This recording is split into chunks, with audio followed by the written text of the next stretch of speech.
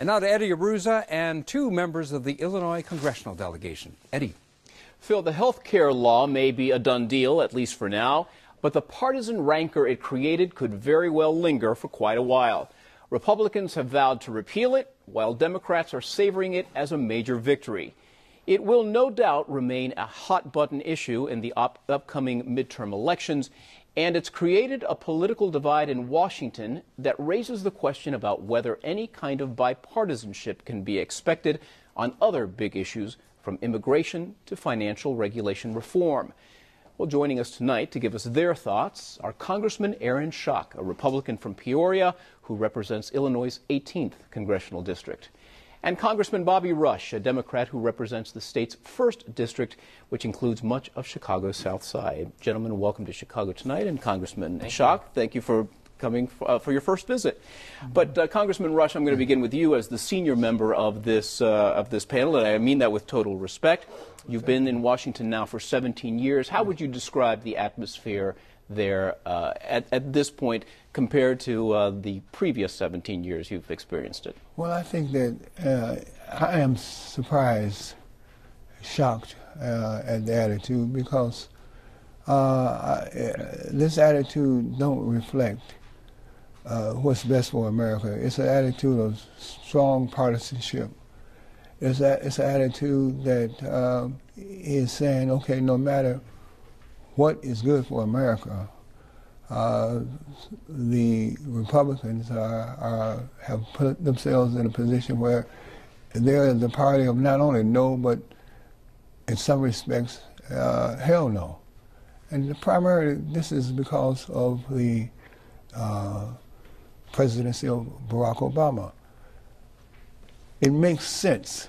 I mean, President Obama reached out to the Republicans in more than one way, asked them for input. We reach out to the Republicans even at the subcommittee level, and at the committee level. But when the leadership of the Republican Party says, you know, for political reasons, we will not cooperate, we're not going to vote for this, notwithstanding of the opportunities to engage in meaningful bipartisanship, the opportunity to really involve themselves in developing meaningful legislation that will be of help to the American people, we run into a big wall. Congressman Schock, I'm not surprised about it, but some people You are. began your congressional career just as the Obama presidency began. How would you describe your year and 3 months in Washington? Eddie, I think that my view of Washington is one that's reflected by not only my constituents, but I think the overwhelming majority of Americans as reflected in the polling, which is a lack of trust, an overwhelming disgust for the process in Washington, D.C., the hyperpartisanship, despite the very inspiring campaign that President Obama ran and the theme that he was elected on, and crossing the aisle and working together. We have seen a level of arrogance of power not seen in recent history in Washington, D.C.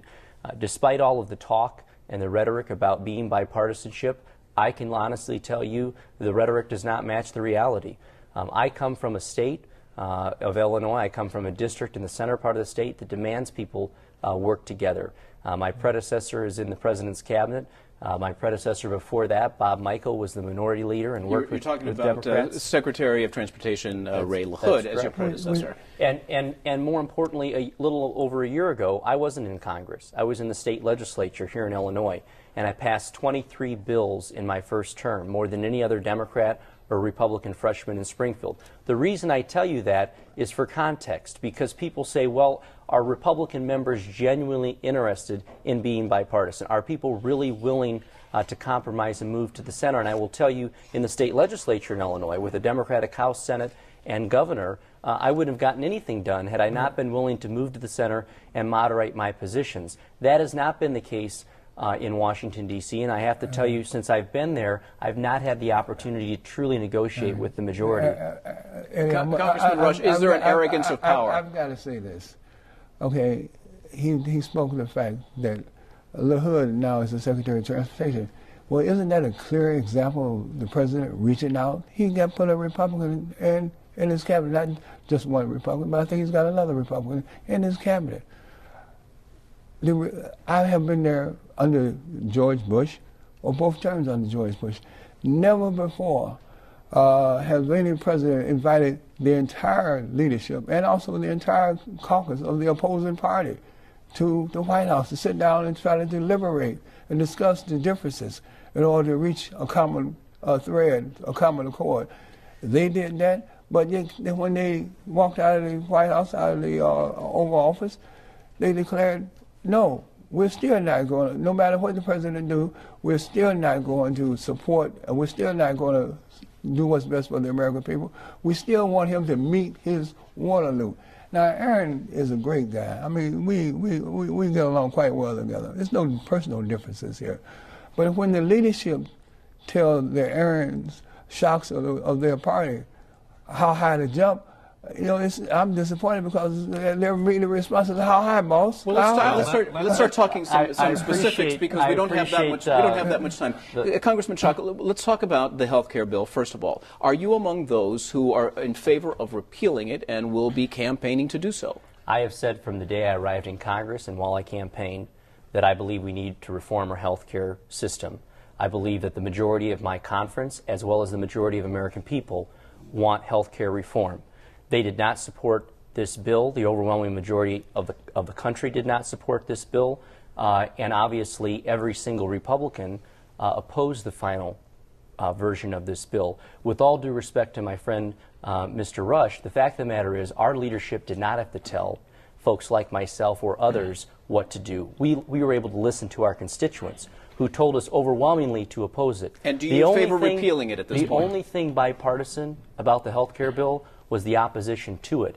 And my question that I would ask the American people is, why did not just all Republicans vote against it, but why did 37 Democrats join us in opposition to this bill? Okay, do you support repealing it? Yes, I believe that we need to keep the measures that the American people agree with. The President talked about 80% that we agree on. I don't know whether it's 80% or 60%, but certainly the areas of agreement. When we talk about covering what people with what do you agree with in this bill? Sure, covering pre-existing conditions, giving the same deductibility to individuals as corporations to write off their health care costs, allowing young people to stay on their parents' health care insurance program. That was actually a Republican idea that was brought forward months ago. Much of these proposals were areas of agreement. The huge entitlement expansions and the tax increases that go with it is where the American people are lost from this health care bill and why they've turned against it. In fact, Congressman Rush, the head of the Congressional Budget Office today said that the nation's fiscal spending is unsustainable,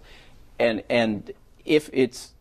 that the country faces dire consequences if the next Obama budget is approved. How do you respond to that? Well, I think that the president and his team of experts and advisors, they have their finger on the pulse. They know exactly what's going on.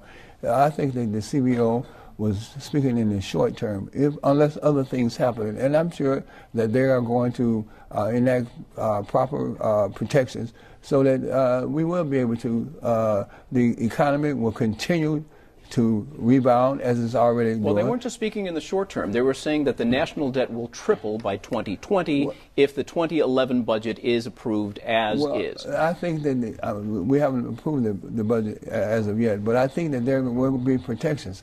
They cannot, and they do not take into consideration if the economy stays as it is, if there's no growth in jobs, if there's no growth in expansion, business expansion, if there's no curtailing in terms of the cost of health care, then of course we're doomed and we'll face a future that's not too positive. But we're on a path now to progress, and we're on a path to making sure that we contain the escalating debt that the American people are facing. Congressman Schock, we have to move on. Give me your thoughts on the Tea Party movement. Well, the Tea Party movement has certainly excited a lot of folks that have typically not been involved in politics. I can tell you, having run for office now for the school board and for the state legislature and now for Congress, I'd like to think that I know most of the politically motivated and activated people in my area. And having gone to a few of the Tea Party events, being invited to speak and address their groups, I will tell you these are people I have never met, that have never been involved politically in their community. And I think anytime people are motivated to take ownership in what happens in government, it's a positive thing. And these people are very concerned. The polls show they're very concerned with one thing, and that is the out-of-control spending and debt that Washington is creating. Are they a legitimate movement, Congressman Rush? I think that the Tea Party movement is nothing but an expression of the extreme position that the Republican Party has embarked on, and the path that they're going down. I mean, listen. The Tea Party movement is headed by various elected officials, or former elected officials. Dick Armey is one who is the majority leader of the Republicans in the Congress, former Congressman Dick Armey. He's the #1 staff person. He gets paid $500,000 a year to excite and agitate with these folks. And I don't think that they represent the broad-based American public. I think that they're extremists. I think they're, in some instances, they're racist. In some instances, they are pretty narrow. I think they have one agenda, and that is, and one goal, and that is to defeat Barack Obama in the year 2012. Congressman Schock, just quickly, your response to that. Well, I think it's unfortunate to paint with any group a broad brush about them. You know, if somebody makes an outlandish comment, one of 10,000 protesters at the state capitol, all of a sudden they're all painted with the same broad brush. This is what I know.